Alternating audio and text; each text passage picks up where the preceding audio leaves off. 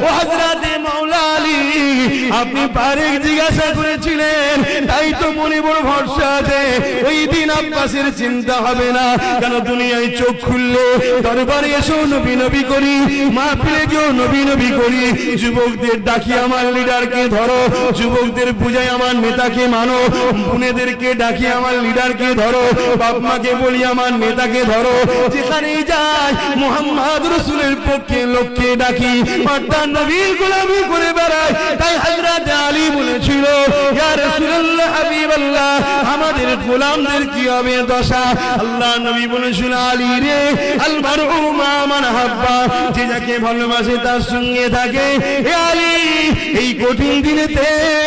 আমাদের যারা দুনিয়ায় গোলাম হবে আমাদের জন্য যাদের দিল ব্যথিত হয় আমার দুশমনকে যারা নিজের দুশমন মনে করে আমার বন্ধুকে নিজের বন্ধু মনে করে ও হযরত আলী